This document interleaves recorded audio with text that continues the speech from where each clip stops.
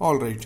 ये एक टर्म है अकोमोडेटिव स्टांस, ठीक है, कि आरबीआई में रिटेन अकोमोडेटिव स्टांस। तो ये अकोमोडेटिव स्टांस होता क्या है, ध्यान से सुनिएगा, सुनने से समझ में आ जाएगा सब कुछ।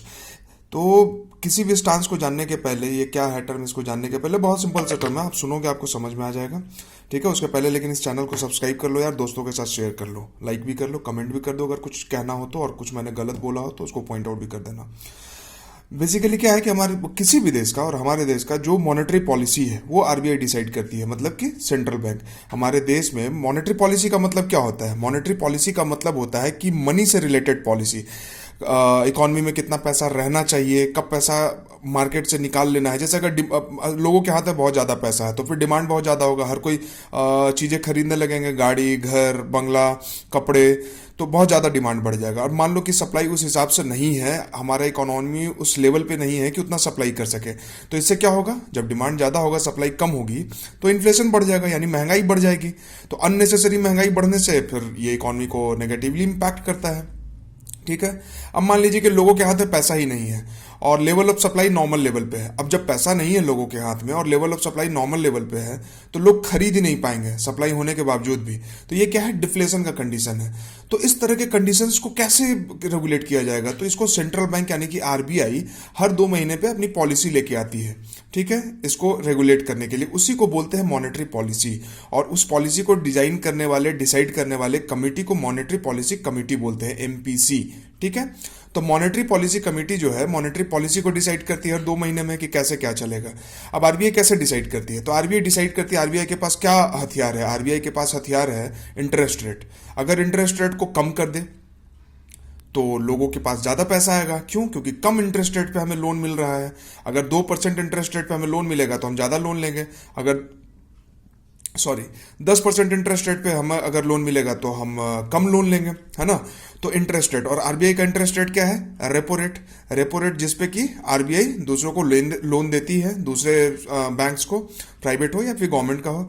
रिवर्स रेपो रेट जिसपे कि आरबीआई खुद लोन लेती है। तो जब आरबीआई को मार्केट में लिक्विडिटी बढ़ाना होता है तो वो रेपो रेट कम कर देती है, तो बैंक वाले कम रेट पे आरबीआई से लोन लेते हैं और फिर वो आगे बढ़ाते हैं। इसी को बोलते हैं मॉनेटरी ट्रांसमिशन, जो कि पिछले वीडियो में भी है, अगर आप जाके देखें तो मॉनेटरी पॉलिसी ट्रांसमिशन आपको मिल जाएगा उसमें डिटेल में, ठीक है। आरबीआई को मार्केट में पैसा कम करना है तो रेपो रेट को बढ़ा देगी, तो मार्केट में पैसा कम हो जाएगा, लोगों के पास पैसा कम होगा, तो इससे इन्फ्लेशन कंट्रोल होगा, ठीक है। इसी इसी पूरे फिनोमिनन को अलग अलग स्टांस में बोला गया है कि एक हॉकिस स्टांस होता है, एक डोविस स्टांस होता है और एक न्यूट्रल स्टांस होता है। न्यूट्रल स्टांस का मतलब आप ऐसे समझ लीजिए, जैसे इस चार्ट को देखिए आप, ठीक है, इस ग्राफ को, कि न्यूट्रल है, मतलब अभी कोई कोई ऐसा अनफोर्सिन कंडीशन नहीं है, कोई समस्या नहीं है। आप बेसिकली आरबीआई को अपना होल्ड करके रखना है कि चलो कोई दिक्कत नहीं है, जो भी इंटरेस्ट रेट है बहुत सही लेवल पे है और मार्केट में पैसा भी सही लेवल पे है, कोई दिक्कत नहीं है। लेकिन मान लीजिए कि इन्फ्लेशन बहुत ज़्यादा बढ़ रहा है, तो वही जो मैंने बोला कि इंटरेस्ट रेट को बढ़ाना पड़ेगा, तो इंटरेस्ट रेट बढ़ेगा तो उससे क्या होगा, इंटरेस्ट रेट बढ़ने की वजह से लोग के पास थोड़ा पैसा कम होगा, मार्केट में स्टेबिलिटी वापस से आ जाएगी।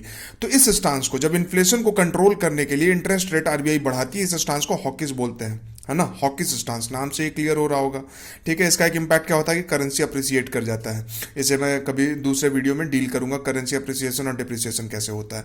न्यूट्रल स्टांस की जब कोई फर्क नहीं पड़ रहा है, नॉर्मल रहो भाई। डोविस स्टांस क्या है कि जब आपको डिफ्लेशन को कंट्रोल करना, लोगों के पास पैसा बहुत कम है, जैसे मान लीजिए कि अभी कोरोना हुआ, लॉकडाउन हुआ, तो लोगों के पास पैसा कम है, तो डायरेक्ट बेनिफिट ट्रांसफर किया जा रहा है पीएम किसान के तहत और अलग अलग गवर्नमेंट स्कीम्स के तहत, ताकि लोगों के हाथ में पैसा रहे और लोग खरीदारी कर सके, है ना। तो इसको डोविस स्टांस बोलते हैं।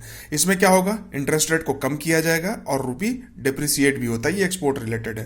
तो अभी फिलहाल के लिए आप ये याद रखिए कि इंटरेस्ट रेट कम होता है, ठीक है। तो हॉकिस और उसका उल्टा डोविस, और न्यूट्रल स्टांस तो समझ ही गए कि दोनों के बीच का है। अब अकोमोडेटिव स्टांस क्या होता है, अकोमोडेटिव स्टांस थोड़ा सा और लार्जर पर्सपेक्टिव है कि जब मार्केट में ओवरऑल मनी सप्लाई को हमें बढ़ाना है ना, तो अकोमोडेटिव स्टांस होता है, मतलब सिचुएशन को अकोमोडेट कर रही है आरबीआई, तो इसको बोलते हैं अकोमोडेटिव स्टांस। जब overall increase in money supply in the economy, तो वो अकोमोडेटिव स्टांस होता है। इसमें भी वही सिमिलर है, डोविस टाइप का ही है कि इंटरेस्ट रेट को कम करना है, लोगों के पास पैसा बढ़ना चाहिए, रेपो रेट को कम किया जाएगा, रिवर्स रेपो रेट को कम किया जाएगा, इस तरह की चीजें हैं। मार्जिनल स्टैंडिंग फैसिलिटी हो गया, फिर एमसीएलआर है जिसपे कि लोन दिया जाता है।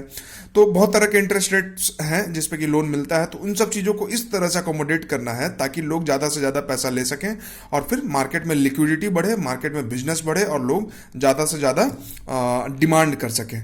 ठीक है, तो यही था accommodative stance, dovish stance, neutral stance, hawkish stance. RBI का मॉनेटरी पॉलिसी बाई मंथली होता है, महीने में 2 बार मिलते हैं। ठीक है, तो ओवरऑल ये पर्सपेक्टिव था, प्रीलिम्स के लिए इतना काफ़ी है। Thank you very much guys.